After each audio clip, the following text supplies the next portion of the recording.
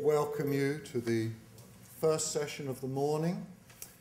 The presenter will be Don Cohen, Vice Chairman of the Board of Governors of the Federal Reserve System, who will be speaking on the Fed's actions during the financial crisis and the lessons learned. And Don will speak for 45 minutes.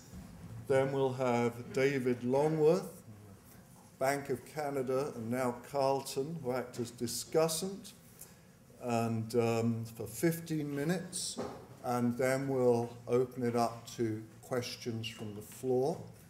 And there will be copies of Don's paper available after the session. So, thank you very much, and Don, all yours.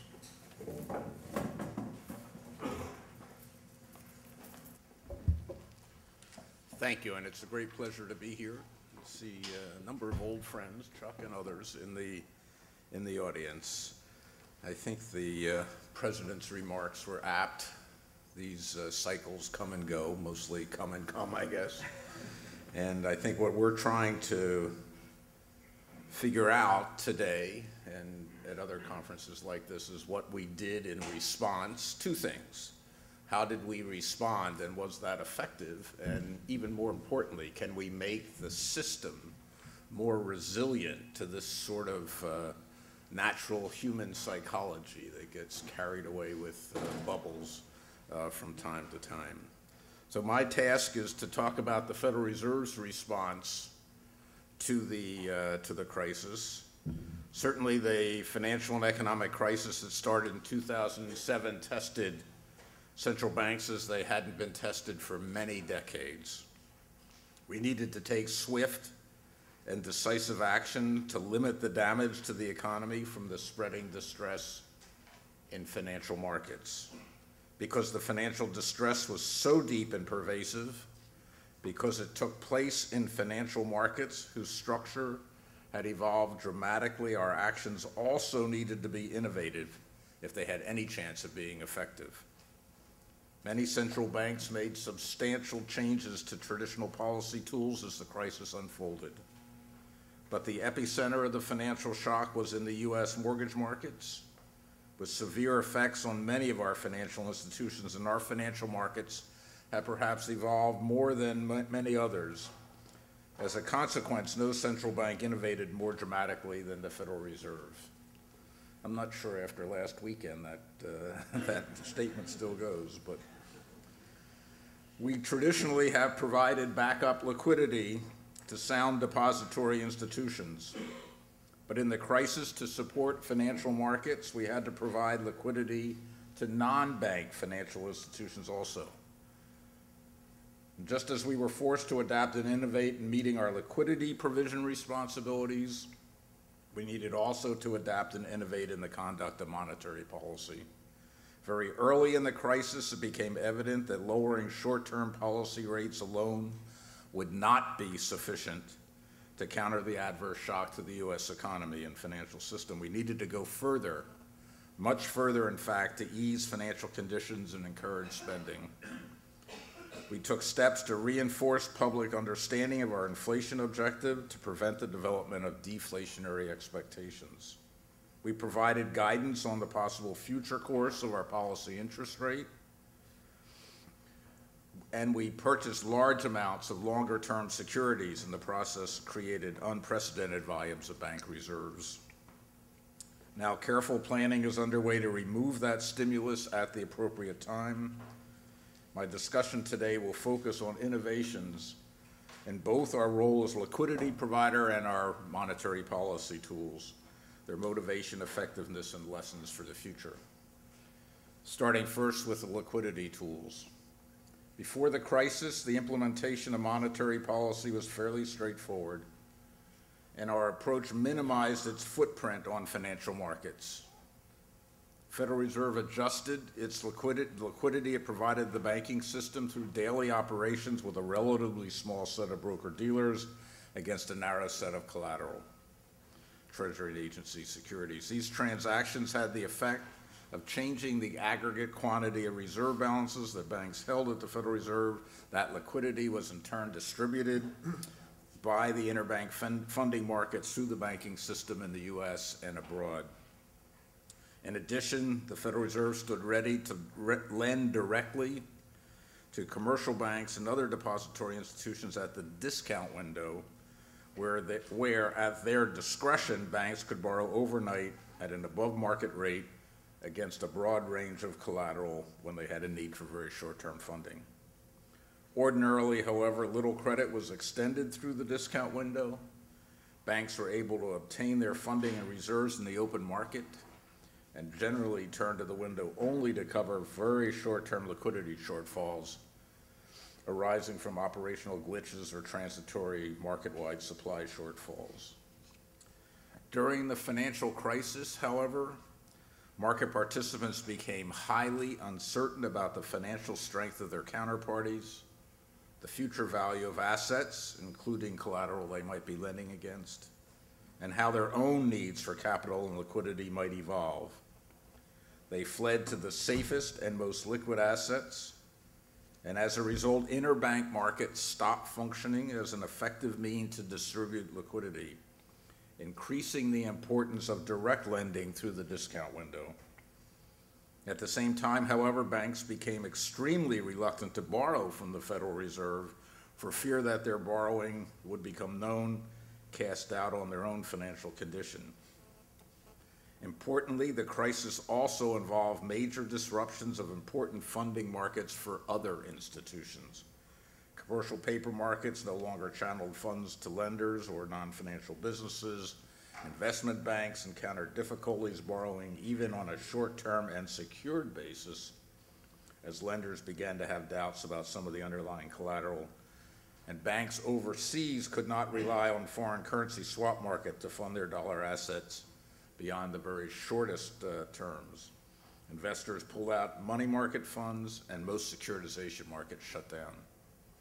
These disruptions to financing markets pose the same threats to the availability of credit to households and businesses that runs on banks created in the more bank-centric financial systems of the 1800s and most of the 1900s.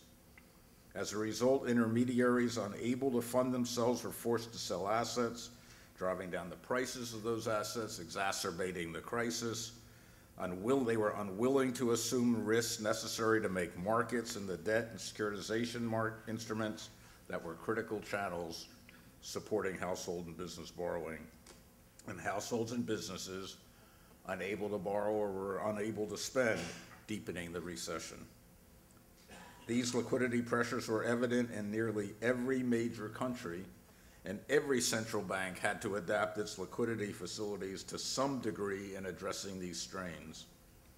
At the Federal Reserve, we had to adapt somewhat more than most, partly because the scope of our activities prior to the crisis was fairly narrow, particularly relative to the expanding scope of intermediation outside the banking sector, and partly because the effect of the crisis was heaviest on dollar funding markets. Now, initially, to make credit more available to banks, we reduced the spread of the discount rate over the target funds rate, lengthened the maximum maturity of the loans from overnight to 90 days, and provided discount credit through regular auctions in an effort to overcome banks' reluctance to borrow.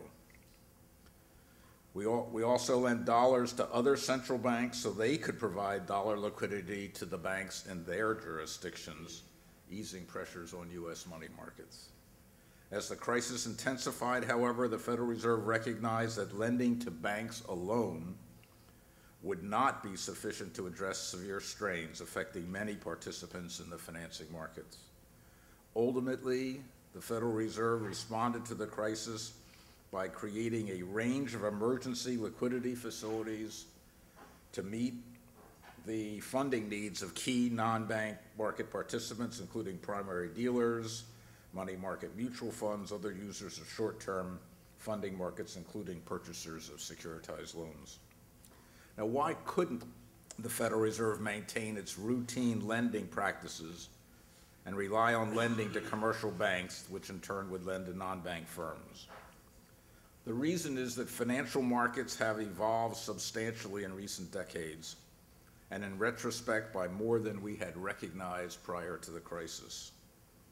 The task of intermediating between investors and borrowers has shifted over time from banks, which take deposits and make loans, to securities markets, where borrowers and savers meet more directly, albeit with the assistance of investment banks that help borrowers issue securities and then make markets in those securities.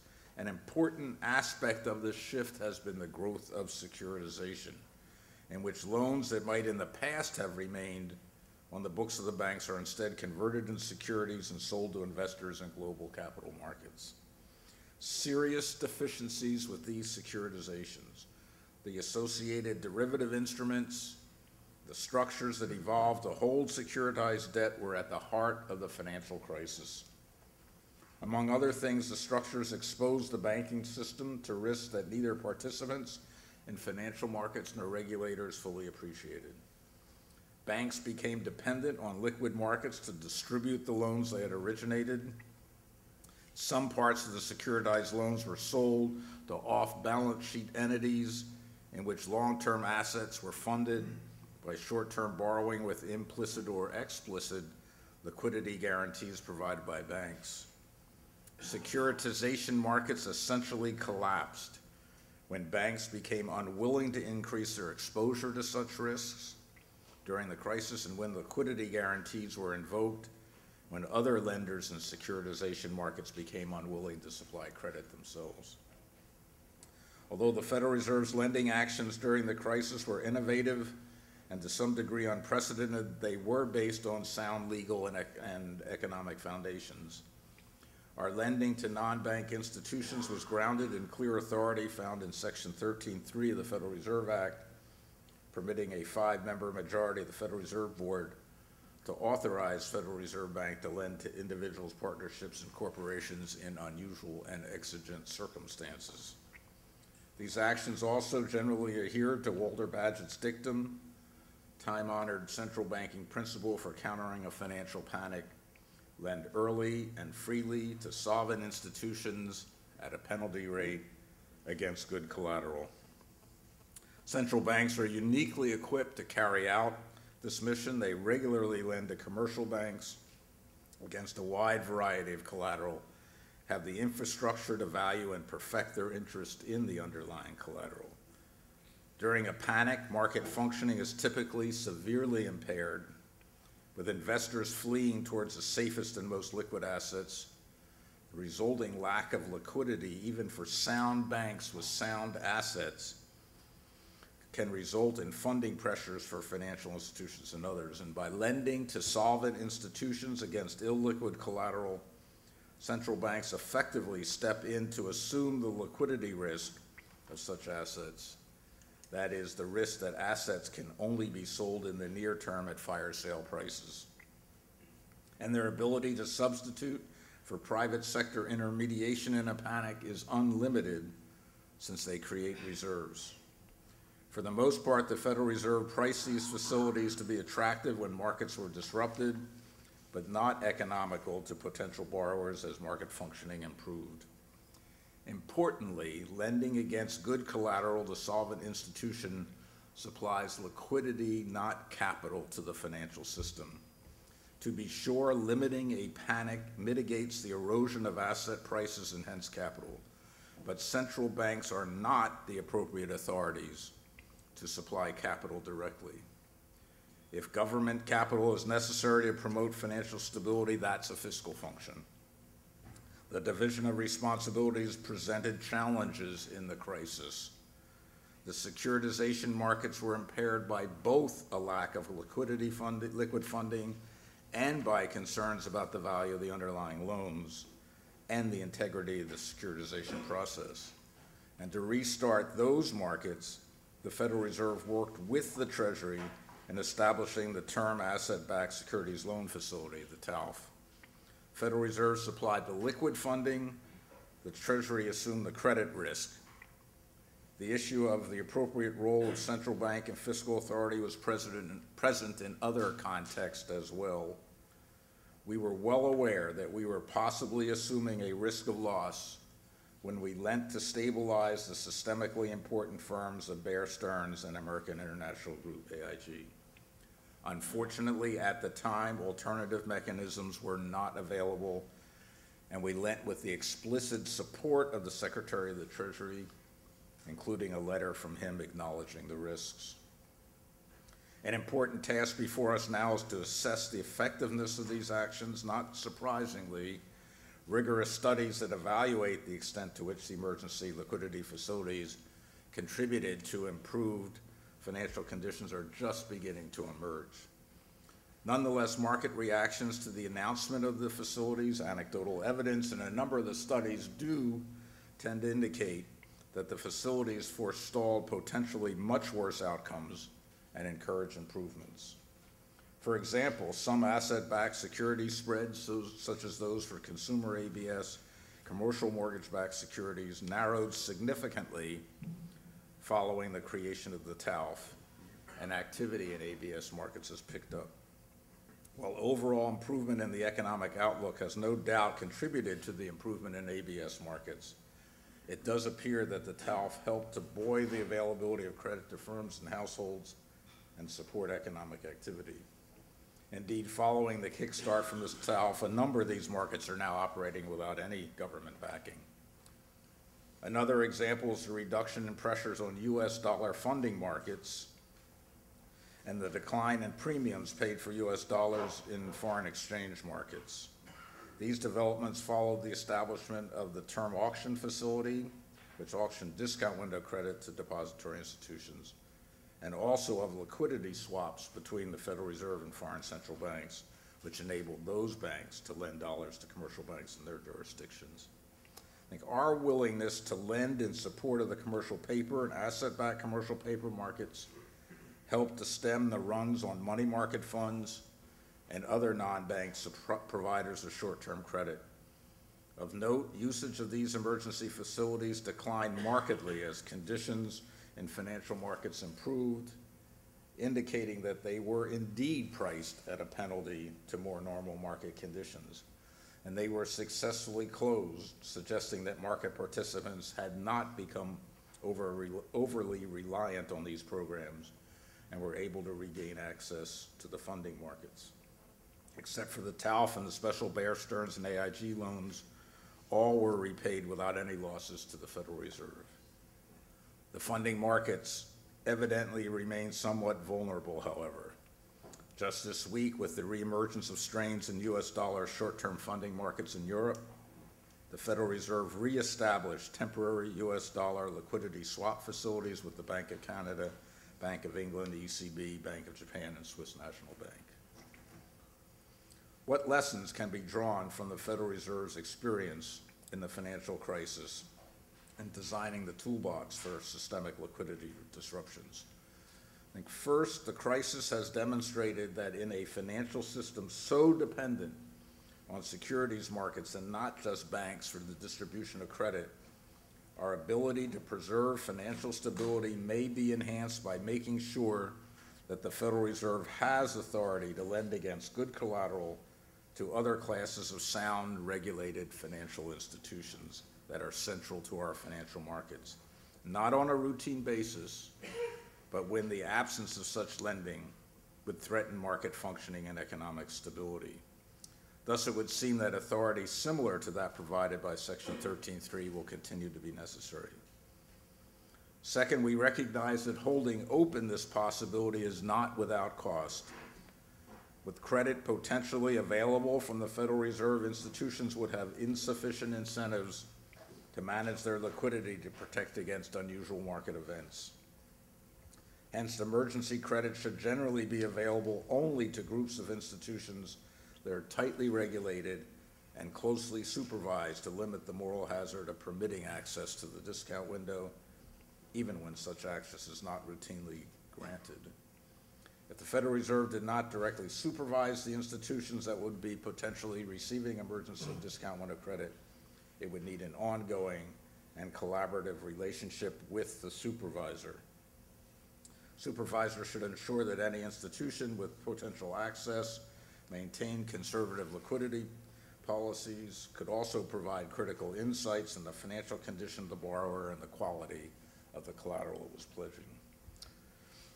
Most importantly, no such institution should be considered too big or too interconnected to fail. And any institution and any losses should be shouldered by shareholders and other providers of capital, by management, and where consistent with financial stability, by creditors. Third, the United States needs a resolution facility for systemically important institutions that meets the criteria I just enunciated. That authority must have access to liquidity to stabilize situations where necessary, but the fiscal authorities, not the central bank, should be the ones deciding whether to take on credit risk of lending to troubled institutions in order to forestall financial instability. Fourth, transparency about unusual liquidity facilities is critical.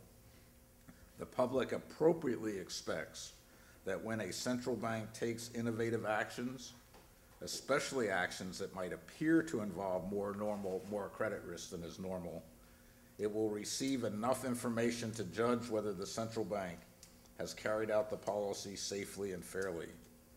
And the required degree of transparency might well involve more detailed types of reporting than for normal ongoing lending facilities. Finally, the problem of discount window stigma is real and serious. The intense caution that banks displayed in managing their liquidity beginning in early August 2007 was partly a result of their extreme reluctance to rely on standard discount window mechanisms. Absent such reluctance, conditions in interbank funding markets might have been significantly less stress, with less contagion to financial markets more generally. Central banks eventually were able to partially circumvent this stigma by designing additional lending facilities for depository institutions, but analyzing the problem, developing the programs, gathering the evidence to support the conclusion took valuable time. Going forward, if measures are adopted that could further exacerbate the stigma using central bank lending facilities, the ability of central banks to perform their traditional functions to stabilize the financial system in a panic may well be impaired. Monetary policy at the zero lower bound. The Federal Reserve and other central banks reacted to the deepening crisis in the fall of 2008 not only by opening new emergency liquidity facilities, but also by reducing policy interest rates to close to zero and taking other steps to ease financial conditions. Such rapid and aggressive responses were expected to cushion the shock to the economy by reducing the cost of borrowing for households and businesses and encouraging them to keep spending. After short-term rates reached the effective zero bound in December 2008, the Federal Reserve also acted to shape interest rate and inflation expectations through various communications. At the March 2009 meeting, the Federal Market Committee indicated that it viewed economic conditions as likely to warrant exceptionally low levels of the federal funds rate for an extended period. This language was intended to provide more guidance than usual about the likely path of interest rates and help financial markets form more accurate expectations about policy in a highly uncertain economic and financial environment. By noting that the federal funds rate was likely to remain exceptionally low for an extended period, the FOMC likely was able to keep long-term interest rates lower than would otherwise have been the case. To provide the public with more context for understanding policy decisions, board members and Reserve Bank presidents agreed in late 2007 to prepare more frequent forecasts covering longer time span and to explain those forecasts. And in January 2009, the policymakers also added information about their views on long-run levels to which economic growth, inflation, and the unemployment rate were likely to converge over time. The additional clarity about the long-run level for inflation in particular probably helped keep inflation expectations anchored during the crisis. Had expectations followed inflation down, real interest rates would have increased, restraining spending further.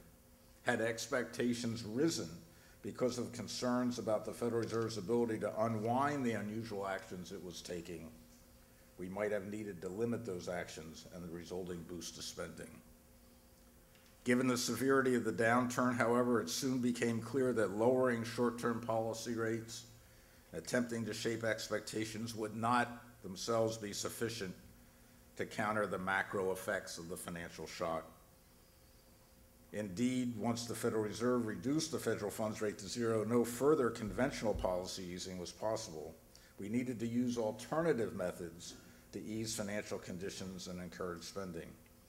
To reduce longer-term interest rates, like those on mortgages, the Federal Reserve initiated large-scale purchases of longer-term securities, specifically Treasury securities, agency mortgage-backed securities, and agency debt. And all told, we purchased $300 billion of Treasuries, $175 billion of agency debt, and $1.25 trillion of agency MBS. In the process, we ended up supplying about $1.2 trillion of reserve balances to the banking system, a huge increase relative to the normal level of about $15 billion over the few years prior to the crisis. How effective have these various steps been in reducing the cost of borrowing for households and businesses while maintaining price stability? Central banks have lots of experience guiding the economy by adjusting short-term policy rates and influence expectations, and the underlying theory and practices behind those actions are well understood. The reduction of the policy interest rate to close to zero led to a sharp decline in the cost of funds in money markets, especially when combined with the creation of those emergency liquidity facilities I talked about before, and the establishment of liquidity swaps with foreign central banks narrowed the spreads in the funding markets. Event studies at the time of the release of the March 2009 FOMC statement, when we went to this extended period language, indicate that the expected path of policy rates moved down substantially. Market participants reportedly interpreted the characterization of the funds rate as likely to remain low for an extended period as stronger than the for some time language included in the previous statement. Nonetheless, the extended period language has not prevented interest rates and market participants' expectations about the timing of exit from the zero interest rate policy from reacting to incoming economic information, though I think each repetition of the extended period language has tended to affect those expectations at least a little. By contrast, the economic effects of purchasing large volumes of longer-term assets, the accompanying expansion of the reserve base in the banking system, are much less well understood. One question involves the direct effects of large-scale asset purchases themselves. The theory behind the Federal Reserve's actions was fairly clear. Arbitrage between short and long-term markets is not perfect even when markets are functioning smoothly, and arbitrage is especially impaired during panics when investors are putting an unusually large premium on liquidity and safety of short-term instruments. And I think in these circumstances, purchasing longer-term assets, taking interest rate risk, taking duration from the market, pushes up the prices of the securities, lowering their yields. But by how much and for how long? Good studies of these sorts of actions are sparse. Currently, we rely in large part on event studies analyzing how much interest rates declined when purchases were announced in the United States and elsewhere. According to these studies, spreads on mortgage-related assets fell sharply on November 25th, 2008, when the Fed announced it would initiate a program to purchase agency debt and MBS. And a similar pattern for Treasury yields was observed following the release of the March 2009 statement, when purchases of longer-term Treasury securities were announced. Effectiveness is hard to quantify, however, because we are uncertain, in part because we are uncertain about exactly how the purchases put the downward pressure on interest rates.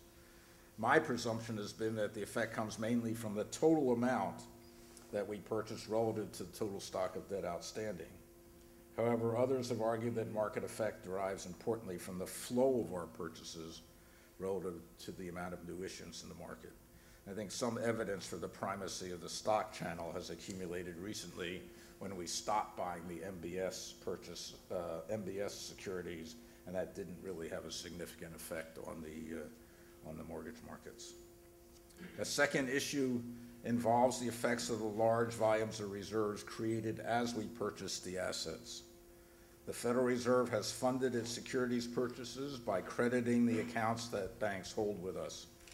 In explanations of our actions during the crisis, we have focused on the effects of our purchases on the prices of the assets that we bought and on the spillover of those prices to related assets, as I was just doing.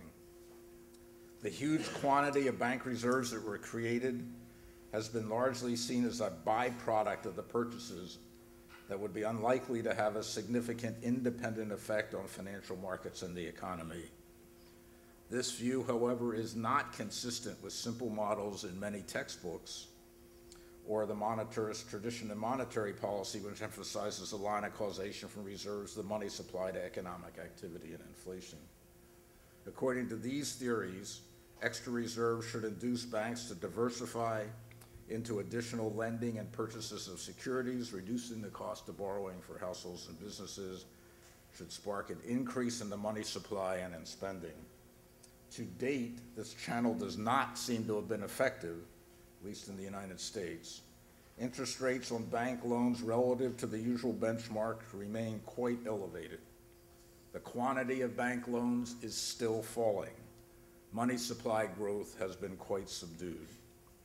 Banks' behavior appears more consistent with a standard Keynesian model of liquidity trap, in which demand for reserves becomes perfectly elastic when short-term interest rates approach zero.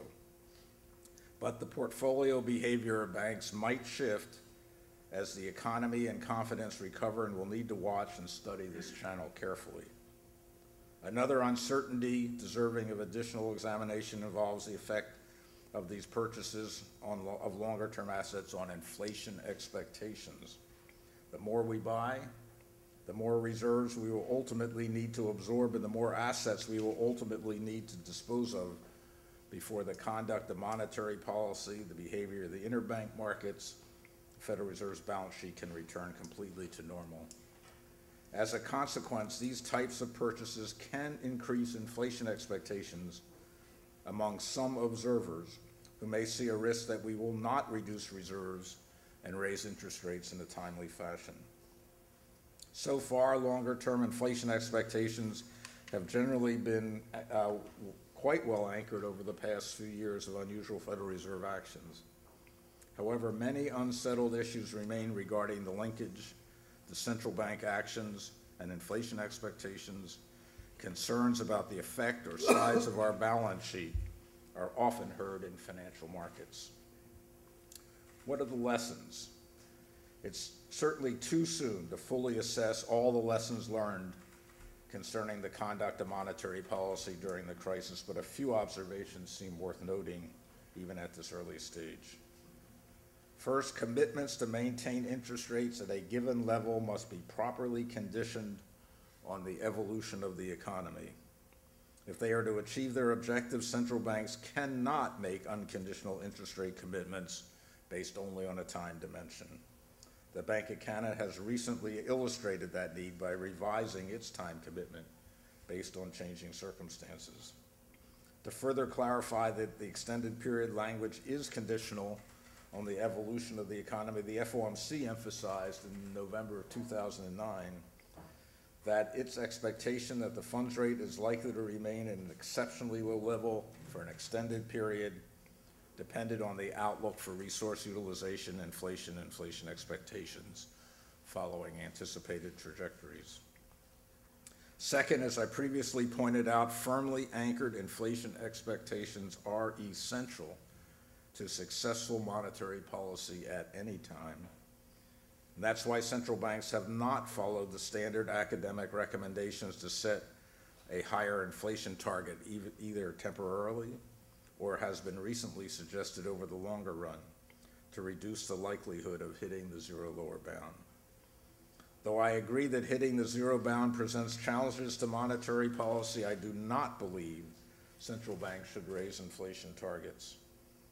Central banks around the world have been working for 30 years to get inflation down to levels where it can largely be ignored by businesses and households when making decisions about the future. Moreover, inflation expectations are well anchored at those low levels.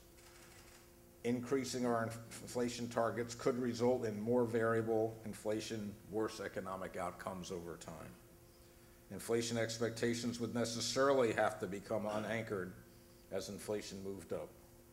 And I doubt that households and businesses would immediately raise their expectations to the new targets, and then expectations would become well anchored at the new higher levels. Instead, I fear there could be a long learning process, just as when inflation trended down over recent decades. Moreover, a higher inflation target might also mean that inflation would be higher than can be ignored. Businesses and households may take inflation more into account when writing contracts and making investments, increasing the odds that otherwise transitory inflation could become more persistent. For both these reasons, raising the long-term objective for inflation could make expectations more sensitive to recent realized inflation, to central bank actions, to other economic conditions.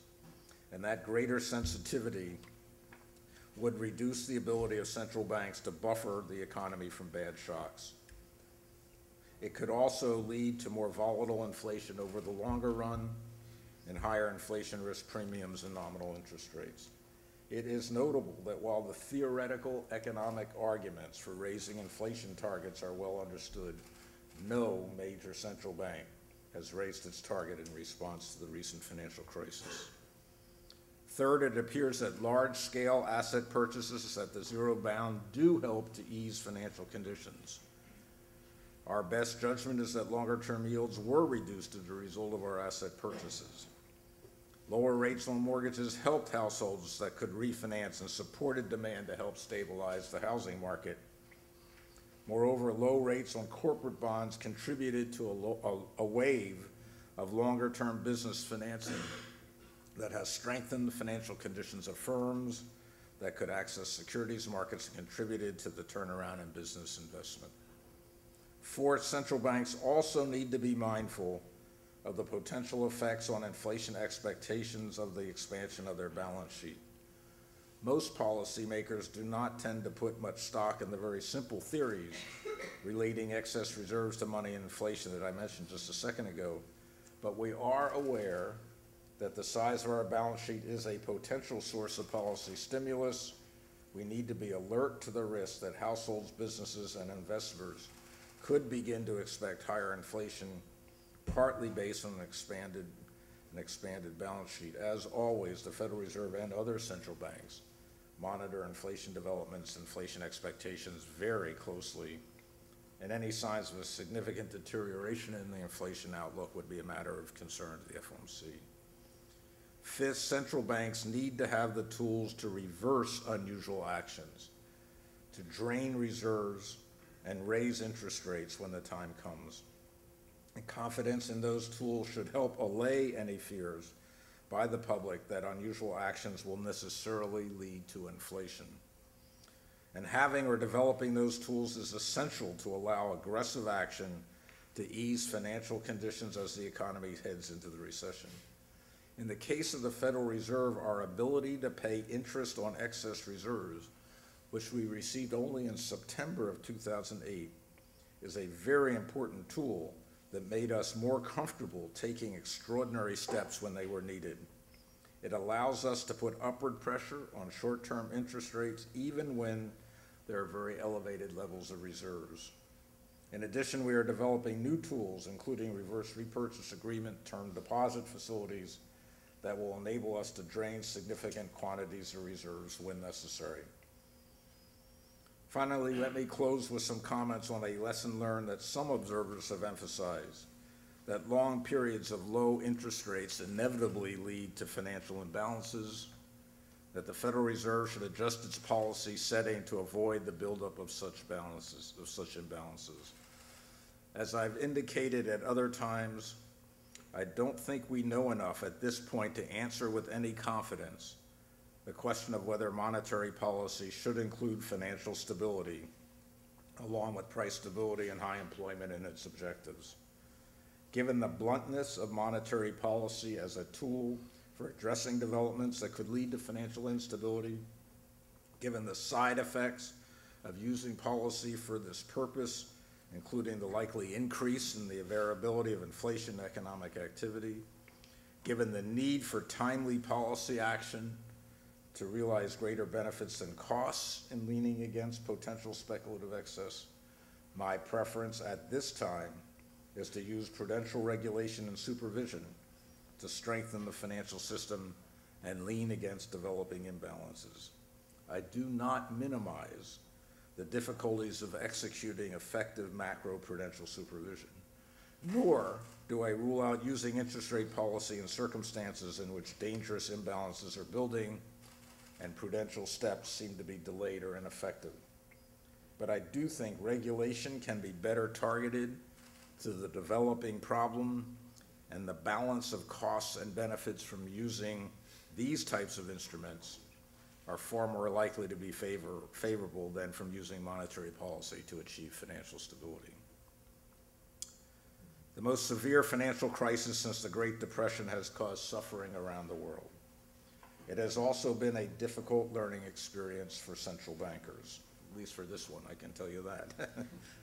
Monetary policy makers must ask whether the strategies and tools at their disposal need to be adapted to fulfill their responsibilities for price and economic stability in modern financial markets.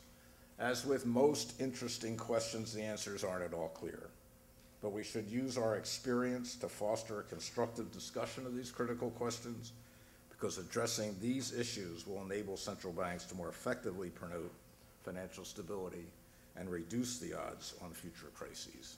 Thank you.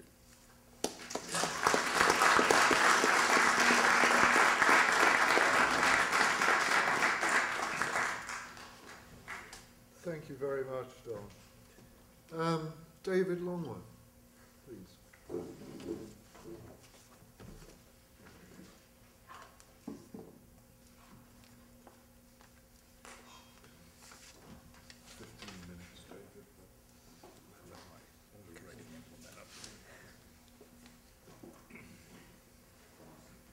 Thank you, Nick, and good morning, everyone. I'd like to thank the Center for Monetary and Financial Economics, and in particular Chuck Friedman, for inviting me to participate in this excellent conference and to be a discussant of Don's paper. And I should note that nothing I say should be taken to indicate the views of my former employer. In his speech, Don's done an excellent job of describing the Fed's policy actions and their effects. Before I retired, the Bank of Canada did the same thing on the liquidity policy side in a piece in the review and in the last speech that I gave. From Don's analysis of the Fed's actions and their effects, he's drawn lessons for the future. And I agree with almost everything that he says. And so this morning, what I'm going to do is first to emphasize the completion of policy frameworks, and second to compare and contrast the Fed and US policy with policy and policy discussions internationally and in Canada.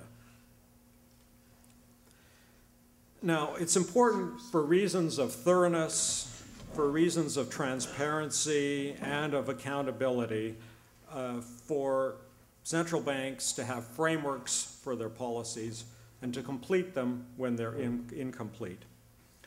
Prior to the crisis, the situation was as described in the table. For liquidity policy and monetary policy, frameworks were really quite complete for normal times. But for crisis times, our liquidity policy was far from complete. And for monetary policy, it was really a vague collection of some thoughts on the zero lower bound. And I think we can be thankful that Japan went through that terrible decade in the 1990s and leading into the 2000s, because that led to some interesting conferences that led to some initial thoughts on the zero lower bound problem. As well, the crisis raised the question of the relationship between monetary policy and financial stability policy, and not only in crisis times. Now, what do I mean by a policy framework? Well, I think a policy framework is all-encompassing. It should include the objective of policy, the target, which might be quantitative, instruments, perhaps some of them only for crisis times, principles for the use of instruments in crisis and booms, the assumed transmission mechanism from the instruments to the target, a communication strategy, including how transparent you're going to be, decisions regarding operational issues, and the relationship with other policies in normal times and crisis times, and finally, governance and accountability. Now, in the rest of my time, I'm going to talk very briefly about the relationships of the two policies that Don talked about with other policies, and then focus in on the lessons for liquidity policy and the lessons for monetary policy, starting with those that Don suggested. Now, it's a good thing that we have a day and a half for this conference, because there are clearly relationships between monetary policy, liquidity policy, and all the other policies that we're talking about at this conference, especially at the zero lower bound for interest rates. And I'm just going to list a few, and the list is far from exhaustive. There are more in Don's paper, and there are more will come out over the course of this conference. So the first is relationships which have to do with the boundary of responsibility, especially in crisis times, when you're at the zero lower bound. The first is debt management issues.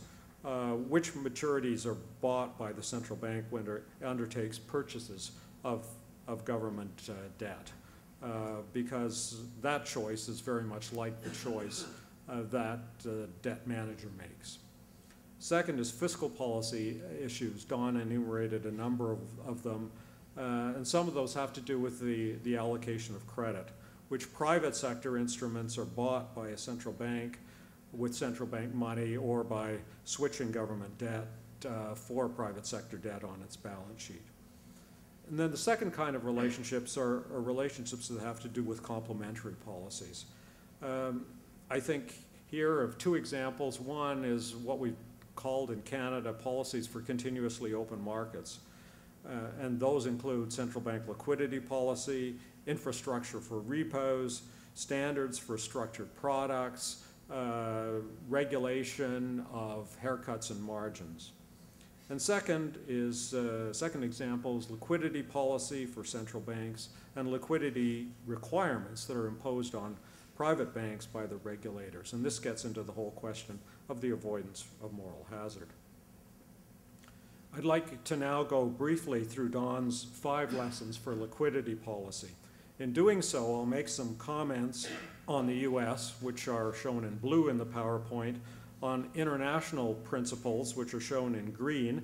After all, we want the world to be a green place, and Canadian policies and discussions, which are shown in red. And I'm going to give most of my time to the items marked with an asterisk. So Don started with having legal authority, and the Fed's authority under Section 13.3 of the Federal Reserve Act seems to have been sufficient, and Don says will continue to be necessary in the future.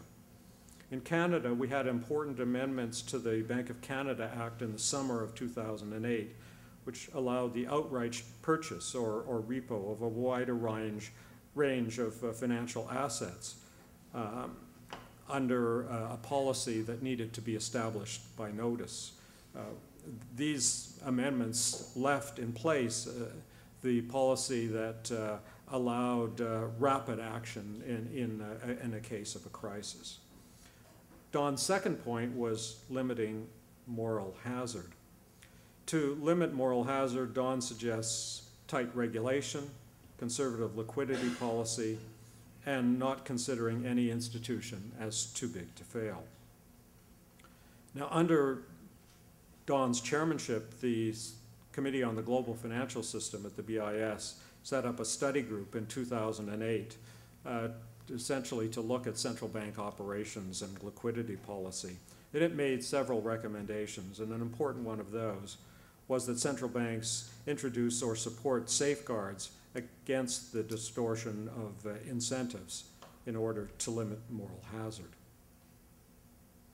Now, at the Bank of Canada, we, at the beginning of the crisis, started to look at what our principles should be for liquidity policy. and in the Financial System Review in mid-2008, put out an important list of principles on liquidity policy, saying that the central bank should mitigate the moral hazard effects of its intervention. In a recent speech, I've talked about limiting crisis intervention to significant systemic events, to encourage regulatory reform and infrastructure development, and to have a flexible strategy for liquidity interventions to deal with specific types of systemic problems as they evolve. Relatedly, the Office of the Superintendent of Financial Institution has proposed embedded contingent capital as an important way of dealing with the too-big-to-fail problem. Don's third point was having a resolution facility. I think it's noted that one of the major U.S. policy deficiencies, particularly on the non-bank side going into the crisis, was the failure to have such a resolution facility. The G20 leaders in April of 2009 supported efforts to deal with cross-border bank resolution, which is one of the most difficult elements of the resolution side. And in Canada, we've had significant powers to restructure deposit-taking institutions given in the past to the Canada Deposit for Insurance Corporation and the Office of the Superintendent of Financial Institutions. Don's fourth point is being transparent about the use and amounts for unusual facilities. The Fed instituted more detailed types of reporting, both on its website and the information given to Congress, including some on individual institutions with appropriate delays. The CGFS study group that I talked about in 2008 recommended that central banks enhance communication with market participants and with the media. The Bank of Canada expanded information on its website, and it aided media in understanding what for some of the media was something completely new to report on. Don's final point under Lessons for Liquidity Policy was avoiding stigma of facilities. And Don talks about the danger of measures being adopted in the US that would increase stigma. Presumably this would include more disclosure about individual banks. And the CGFS study group recommended that central banks continue efforts to reduce stigma. One of the important ways of reducing stigma during the crisis was the TAF, or the term auction facility in the US, and parallel to that, the Bank of Canada instituted an auction facility which was called the term loan facility. Now turning to the lessons for monetary policy. The first is that interest rate commitments must be properly conditioned. I think there's three reasons for this. One is so that the monetary policy objective is achieved. Second is so that the market understands what is being communicated. And the third is so that interest rate risk is not underestimated, which is a financial stability point. Do markets understand the conditionality? I think that most regular participants sort of do, but some participants that aren't there on a daily basis don't. And I think in the Canadian experience that international participants who aren't there on a daily basis are among that category of people who from time to time don't understand. I think it's interesting to contrast normal times and crisis times. I think in the US, there were some who didn't understand the conditionality of what appeared to be a lockstep gradualism and increasing rates tightening policy in the US through much of the decade. And in crisis times, Don has spelled out how the Fed sometimes has had to go out of its way to stress conditionality.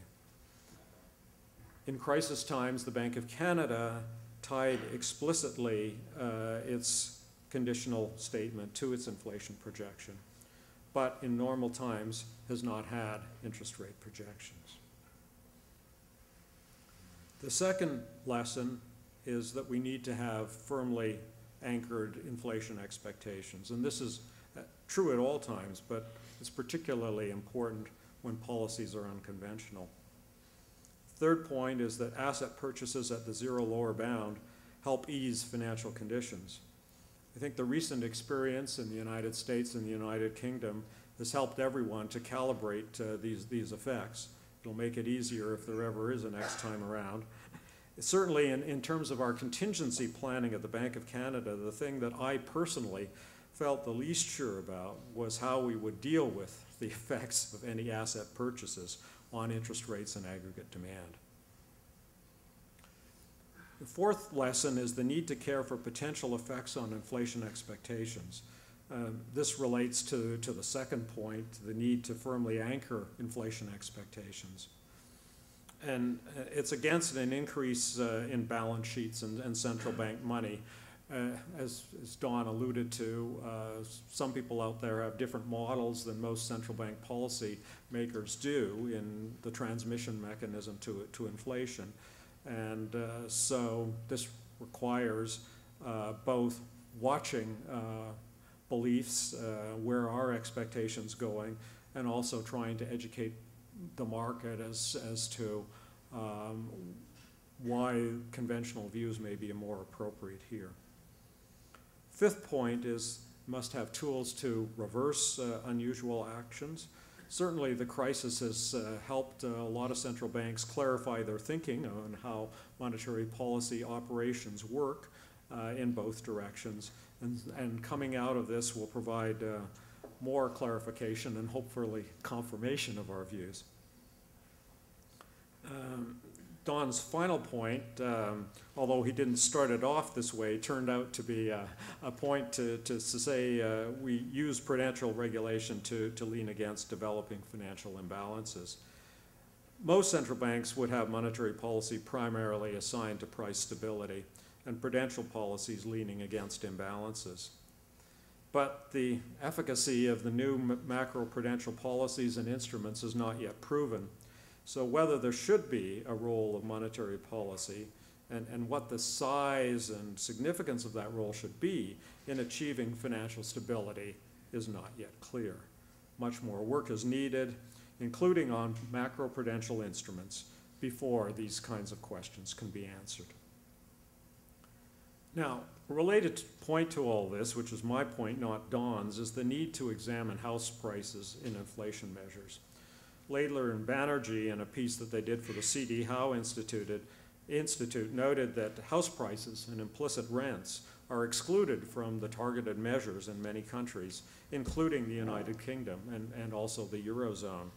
Yet housing prices are a significant predictor of banking crises, as made clear in a recent paper by Borio and Drayman coming out of the BIS. Canada is fortunate enough to essentially have key elements of the new house price index included in its CPI. So to conclude, it's incumbent on each central bank to complete its policy framework after a review of what was learned from the crisis. In terms of lessons for monetary policy, the key elements not yet implemented are limiting moral hazard, including importantly through contingent capital, and having appropriate resolution regimes. In terms of lessons for monetary policy, the key elements requiring further study are dealing with the communication of future interest rate policy, the measures of housing prices that should be used in targeted inflation measures, and the relationship of monetary policy and macroprudential policy. In finishing, I'd like to thank Don for his paper, and I'd like to thank him for his long service as chair of the Committee on the Global Financial System, which I was privileged to serve on, and as well for his time, long time in the federal system, including as vice chairman. Thanks a lot, Don. Mario. Thank you. This is actually, my name is Mario Sikevich Well done. from the University of Ottawa. And I was very interested in both the speeches, actually, both presentations. I have a simple question here that I would like to address to both of you, in fact, which has to do with the fact that was made very clear, I think, from Don Cohen's presentation, that the usual sort of monitors kind of causality there in terms of reserves and its effect on ultimately on demand doesn't work very well at all. Is this working? I'm sorry. Hence, in that regard, what role was quantitative easing really playing in this whole scenario here? Now, from what I gathered from the presentation, you referred to somehow it kind of eased the financial conditions. That I would like to understand a little more what that actually meant here in the circumstances there. That's one thing. And the second, just a minor question about what I think David Longworth said about including housing prices in the CPI and all that. Even if you had that happening in most countries, what would it have changed in terms of monetary policy at the end? Okay? Would it have made any difference? So briefly on the latter part, we did have housing prices, or at least implicit rents, and so that didn't have a major effect on monetary policy. But on your first point, I think the way we saw well, let me speak for myself. The way I saw what we were doing was trying to lower interest rates, raise asset prices along a whole array of instruments through our actions. So buying long-term, so from the beginning, from some of the things I said, so influencing people's expectations about future short-term rates lowers long-term interest rates. That makes it cheaper to borrow, should encourage spending, lowers the cost of capital in the demand for houses and business investment and anything that depends on credit. Buying long-term assets, mortgage-backed securities, treasury securities, agency securities, had a substantial effect on intermediate and longer-term interest rates. At the time we announced it, I think we thought maybe more than half a percentage point decline in mortgage rates, maybe even more. I'm looking at Bob Tetlow up there who was tracking this stuff, so maybe even 75 or 80 basis point decline in long-term interest rates from announcing and then executing these purchases. And that obviously lowering mortgage rates, lowering rates on corporate bonds, reduces the cost of capital, presumably buoys asset prices like equity prices. So it was basically the purchases along the asset side, was the asset side of our balance sheet that I was concentrating on and what the effects of that were having. And I did think of the liability side as basically kind of a Keynesian liquidity trap. Now, so you just pile reserves in, interest rates are already zero, there isn't any diversification. I do think the potential for having banks start looking at these reserves and saying, I can do better on a risk-adjusted basis, lending to households, lending to businesses, and starting that chain is quite possible. I mean, I think that could happen here, and to some extent, I hope it does. And as I said, we still have bank loans going down. So part of lowering rates and putting reserves in is to help to stimulate bank lending. It hasn't happened so far, and there's obviously the possibility that it would go too far and become inflationary. But I do think the ability to raise the interest rate on excess reserves will put upward pressure on interest rates and tighten financial conditions across the spectrum. So even with a lot of reserves in the system, I believe we'll be able to both drain the reserves, but even if we don't drain them all successfully, we'll be able to tighten conditions and stop any inflation from breaking out. I have nothing to add on the transmission mechanism side. On the house price side, I mean, it's clear, and this point was made in the Laidler and Banerjee paper, that in the United Kingdom, that if they'd been targeting an index that included house prices as their their former measure, I believe that was called the RPI, did, they would have had tighter monetary policy through this. Therefore, they would have had less of a housing bubble than they experienced. I think that's the key case. In Europe, because it was only countries that were smaller within the Eurozone that had major problems in their housing sector, that the overall index in Europe, even if it had included housing prices, would probably not have been running that much higher than the measure that they were targeting. Chuck Friedman from Carleton University. Don, a couple of questions, sort of slightly technical questions on the system's operations.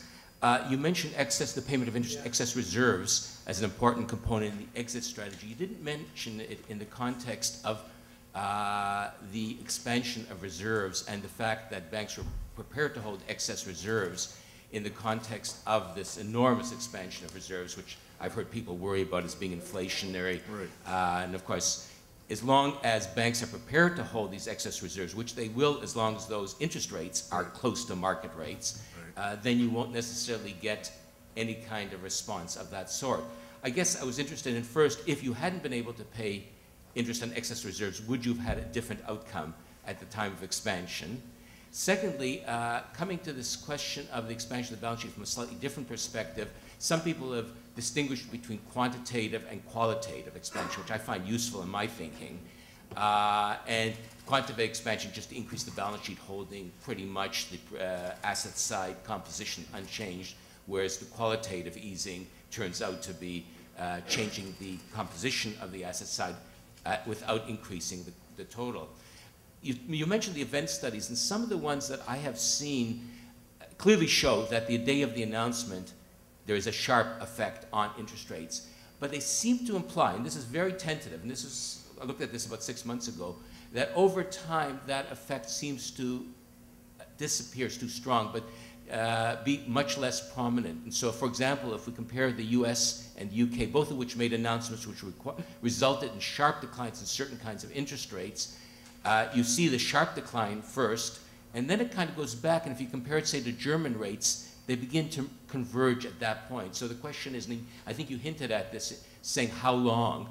Has there been any further studies which suggest that these effects last forever? Another way of putting this is, you may have in the short run imperfect substitutability, but over time markets become more perfectly substitutable, in which case that effect doesn't have its long-range impact. Anyway, those are the questions I want to ask. Right, so I think there are three questions there. What if we hadn't had interest on excess reserves? I think it was number one. And I think it would have been much harder to be it's hard to know what the counterfactual would have been under the circumstances, obviously. I think it would have been, it certainly gave me confidence as we were taking these unprecedented steps, buying 1.25 trillion. I never thought I would say that, but trillion of mortgage-backed securities, right, that I wasn't going to lose control of the short-term interest rate, and I could, when appropriate, tighten policy. What I just don't know how much of a constraint it would have been if we hadn't had that, but I know it certainly felt better having it there, knowing that it was there. And I can't help but believe that it would have been at least something of a constraint on our actions, but of course we'll never know.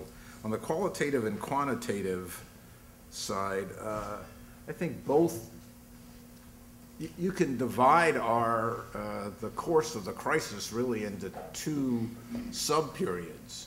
From August 07 till November 08, it was all qualitative, right? The amount of reserves weren't increasing. We were basically selling Treasury securities into the market and substituting for that loans to banks, to foreign central banks, et cetera. So the way I saw that, that part of the crisis was meeting the market participants didn't want to lend to each other because of the uncertainty and concerns. So when they didn't lend to each other, in effect, and all they wanted were Treasury securities, So we ended up supplying the Treasury securities and making the loans, and I thought that was very effective. It didn't prove effective enough against the Lehman shock, but I thought it was a very effective aspect of our actions. And I certainly concentrate on our asset purchases and the nature of the asset purchases when I think about the effects of our actions, as I said before. So I think the qualitative stuff is very, very important. But in the end, I think buying the long-term asset purchases does take a lot of duration out of the market. As you say, especially at a time when people don't want to go long. They're scared and they want to go short, driving up longer-term interest rates. So I think taking that out of the market, I don't know whether you'd call that qualitative or quantitative, was an important contribution that we made. I think the effect probably does decline over time.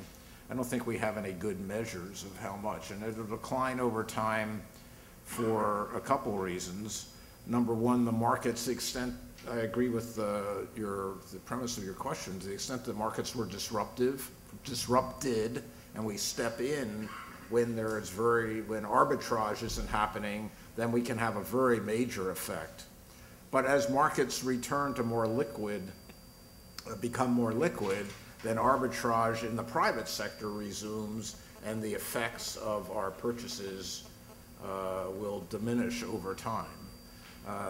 And I think the second point is, I do look at this as we're taking a quantity of securities out of the market. I put a lot of emphasis on the stock effects rather than the flow effects. And obviously, as the market grows relative to our stock that we have on our balance sheet, that also will diminish the effects. So I agree they diminish over time, but I don't think we have any good studies of how much. And the point is that they have their maximum effect when they are most needed, which is when the markets aren't working well.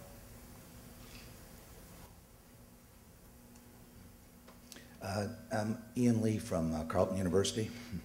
Dr. Cohn, there was a comment you made towards the end, or possibly a suggestion I was hoping you could clarify about potential further regulation or re-regulation. And I'll ask the question by picking up on something that Paul McCulley from PIMCO said a couple of weeks ago at the Minsky conference in New York City. He gave this amazing presentation. And he said the three most important institutions in the markets in the States are the Fed, the Treasury, and FDIC. And he called them collectively the Bank of Dad. And then he went on and talked about shadow banking. And he was saying, look, they get all the benefits. They can indirectly get access to the Fed window and insured money, but they get away with no regulation.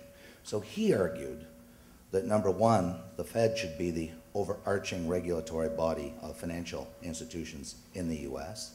And secondly, that all of the shadow banking should be brought under the same rules and regulations as it is for banking. And so as you're the deputy governor, I see you as deputy dad, so I was wondering if you could respond to Paul McCulley's recommendation. Or granddad in my case. Let's see. So I agree that, and I think I said it in here, that a lot of what was going on in that securitization markets, which people have been calling the shadow banking system, was at the core of our problems. The opacity, the inability to see where the risk ended up being, it was very bad. And I think the problems in those markets need to be corrected. So I think securitization markets are and can be and will be in the future important sources of funds moving from savers to spenders, but under much greater control and much safer. One of the real problems was where those markets intersected with the banking system. And the banks had written explicit or implicit liquidity insurance to these sieves and conduits that wasn't appropriately taken care of. And that's already, we've begun to address that. The accountants are addressing that. The banking regulators are addressing that. Another aspect of securitization markets was whether the appropriate incentives were along the chain of the originate to distribute model, and people are looking very, very hard at that as to how that should play out. So I agree with the basic idea that we had a large unregulated sector. The transparency in that sector was very poor. The interplay of the credit rating agencies in that sector didn't work well at all. I think another CGFS project we had on the credit rating agencies and securitization markets recommended that the credit rating agencies be forced to be much more transparent about their ratings of the securitization products, what's behind them, and designate separately what, separate things, so a AAA wasn't equal to AAA. There must be 24 problems that cropped up there, and I agree they need to be addressed. But in the I want to be careful that we don't kill a legitimate intermediation product, because I think it is a legitimate product, and in many cases, for example, credit card asset-backed securities have existed for decades without problems, in part because banks did keep skin in that game as they securitized them. So I think we need to learn from what worked and correct what didn't work. I agree. And should the Fed be doing it? I think the Fed should have a major role, and I think under the new bills will have a major role in overseeing the systemic aspects of these financial markets. I think we bring a unique combination of expertise and experience to that. Yes. Gordon. I'm Gordon Thiessen. Hi, Don, you mentioned the problems in interbank markets as part of the source of contagion, the difficulty in dealing with the liquidity issues. And Dave, you mentioned continuous markets at some point, but neither one of you have made much out of this as an area where we could reduce some of the contagion, ring-fence some of the problems associated with future crises by dealing with those prime funding markets and making sure that they operate continuously. We went to a lot of trouble some years back to risk-proof our payment systems, which I think stood us in incredibly good stead through this period. So as we're looking at things we ought to do in the future, what are we doing, and should we be doing more to try and make some of those really crucial markets continuous with some kind of risk minimization, some kind of central counterparty arrangements so that they will work through the crises? Yes. Good answer. I like that answer. And I think, and I wouldn't concentrate as much on the interbank markets as on some of, the tri-party repo market is an obvious example of a market in which everybody thought they were just dealing with cash and no one paid much attention, and the money market funds were lending to the investment banks and the banks through this tri-party market, and then all of a sudden the money market fund said, whoa, wait a second, we've got, there's collateral here on this, but we don't really want to end up with that collateral at the end of the day. So I think we are working hard, and David can talk about it. I think the Bank of Canada has worked hard on strengthening that market, making it more robust, trying to reduce, in our case, we'll have some proposals coming out, or we have a private sector group that will be, I'm not sure what the timing of this is, but we'll be bringing out proposals to reduce the daylight overdrafts and other vulnerabilities in that market.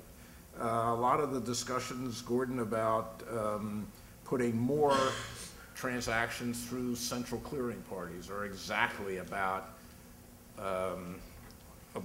making the plumbing of the system safer. Now, the central clearing parties do concentrate risk, so you've got to be darn sure that when you do that, they're robust to failures and systemic problems. But at least when you do that, you do reduce the risk through the netting and whatnot, and you can see it much better. You've got much more transparency into what's going on. So there's quite a bit of work along the lines that you were suggesting. So yes, this is key. Having a new CCP for repo in Canada is extremely important, and the IAAC, with the Bank of Canada's help, has moved ahead on that score. I talked about this in the context of complementarity of policies to achieve continuously open markets. Another CGFS venture was a study group that I chaired on margin and haircut setting and its role in pro-cyclicality. That came out as CGFS report number 36 a couple of months ago, and that's gone to the Financial Stability Board. It's important that those kinds of principles be adopted and that we move ahead on that score. And work continues in the various Basel committees to support the work on OTC derivatives as well. And I think it was just yesterday or the day before I got notice from the BIS that there's been more work published on the OTC side, including making sure that we have strong CCPs. Chris Waddell from Carleton University. A question more for Mr. Longworth, which flows, I think, out of is the last comment on his point on the screen. Coming back to housing prices for a moment. Housing prices, and as you move further along, housing bubbles, housing price bubbles, I think tend to be, in most countries, regional rather than national. Certainly the UK example is London and Southeast England. There's examples in the United States. If you go back to Canada, the 1980s in Alberta, early 1980s was an example as well. If you want to use if you want to incorporate housing prices into monetary policy decisions and interest rate decisions, how do you do that without being somewhat punitive to the regions of the country that aren't experiencing the rapid increase in housing prices? I mean, I think it's again, you focus on what's happening nationally. We focus on the national CPI here in Canada when we target inflation. It's only if housing prices are moving enough that the national housing price index is moving enough, that the total CPI is moving enough that you need to take account of it. I mean, we've always had this discussion in Canada that monetary policy has to deal with the national aggregates, and in some cases that means that the boom doesn't quite disappear in one part of the country, and another part of the country seems like it's bearing the higher interest rates to a great extent.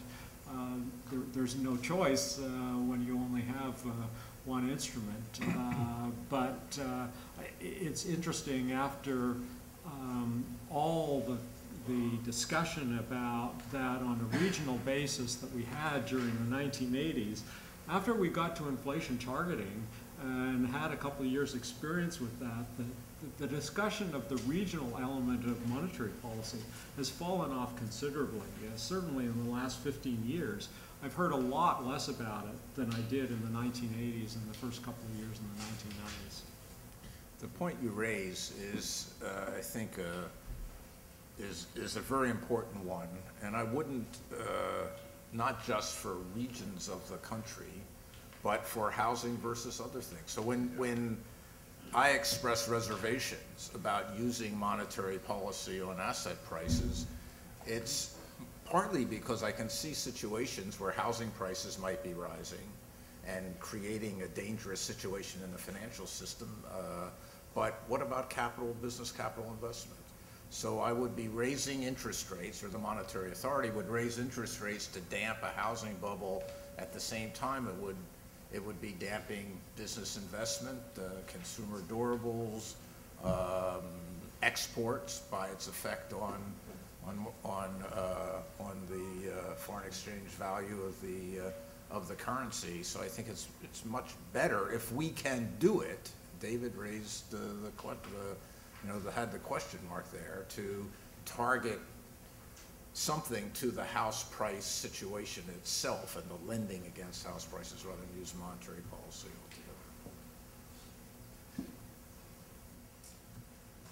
altogether. I just have a question for Dr. Cohen. Sorry, Clyde Goodley. Oh, I'm sorry. You mentioned in your presentation a bit of a concern about too big to fail and the recognition of moral hazard. And yet, a lot of what's being talked about, including things like expanding the scope of regulation and everything else, will in effect extend the safety net that applies to financial institutions and potentially carry the too big to fail policy with it. And a lot of your discussion focused on the immediate reaction of the Fed and other central banks, but it seems to me there's sort of two bigger policy areas that we potentially made. You alluded to them and Dave did in part, was going into the crisis, we didn't have a good understanding of what the situation was. And the third potential error that we may make is coming out of it, we may not take the appropriate actions that are going to deal with too big to fail and the moral hazard associated with various policy actions. I wonder if you could just comment about, I mean, central bankers sort of were born that way. We just have to deny there's too big to fail that exists. But how do you make that credible with the stuff going forward, and that we're not going to bail out people who make assumptions about liquidity in markets and or in, you know, the investment banking model and whatnot? I think that's a very good and a very difficult question. I think we've got to operate on a couple of sides here, and there's a lot of work going on internationally as well as in various countries thinking about this problem of systemically important financial institutions. One aspect is to make them much less likely to fail. So there are broad increases in capital requirements, liquidity requirements coming down the road, and a lot of discussion about whether there should be an extra requirement for systemically important institutions. They should hold more capital. If there are externalities when they fail, the odds on failure ought to be less. And I think that's, and if that discourages institutions from becoming too big or too interconnected to fail, so be it, that's fine. So I think making them safer is one aspect of it. And the other aspect of it is dealing better with them when they do fail in ways that, in which more of their counterparties are subject to risk. I think that part of the difficulty I have with some of the discussion of too big to fail these days is it seems to rest on a premise that we didn't have too big to fail and now we're going to have it. But what we discovered going through the crisis is we did have it. And the central banks and the governments, speaking in the United States anyhow, were faced with two different, very adverse kinds of choices. You could either shut it down and send it to bankruptcy court, which we tried in September of '08, right, with Lehman, and that turned out to be a disaster. Or you could put a lot of money in and keep it alive, as we did with AIG 2 days later. And that's also a disaster. That's got terrible, terrible moral hazard issues. And the way I see these resolution authorities is that it gives some points on the dial between those two extremes, which we didn't have. And once we got into the fall of '08 after Lehman, then the G7 issued a statement saying, we're not going to let any systemically important institution fail, right? So that's just not an acceptable thing. There's got to be ways of having failure that doesn't undermine the system, but imposes losses on as many counterparties as possible. Certainly the shareholders have to get wiped out. The management has to change. Other suppliers of capital, like subordinated debt, those have to be at risk. So I think it's a very difficult issue now that we've been through the crisis. And the moral hazard has increased tremendously. And I see these resolution things as actually moving the dial back on the moral hazard. I don't think it moves it back all the way to, you know, every institution should be able to just be thrown into bankruptcy court. I agree. There still will be institutions that are too big, too complex to fail in the sense of a Lehman failure.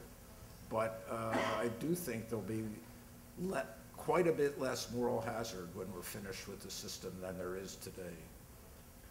Last, very quick question. A very quick question, and I suspect a very quick answer would be appropriate. Yeah, Jack Galbraith, Carleton University. I was getting to that, Nick. A question on the issue of central banks operating to a higher inflation rate. I think the argument is there that if the central banks had started with a higher interest rate during the crisis, they could have more scope. Yep. Am I right in thinking that, from what you said, that it doesn't matter how far you drop the interest rates, so long as they didn't go below zero, it wouldn't have helped with the financial stability? Well, I think you're right about the theory of it. The theory is if you start at a higher inflation rate and higher nominal rates, you do have further to drop the nominal interest rates and the real rates, and that would have some cushioning effect on the economy. Whether it would have been enough to prevent the problems we had, I share your skepticism about that. But I think the problem that I see and other central bankers see is it's taken us 30 years to get inflation expectations anchored at 2%. And to try and engineer a 4% one, so 4 is pretty high relative to a lot of, at least the history of the last 20 years. So it would begin to affect people's decisions. And taking it up to 4 is going to completely unanchor it. So I think the theory has some validity to it, but I think in practice it would be a disaster. Thank you.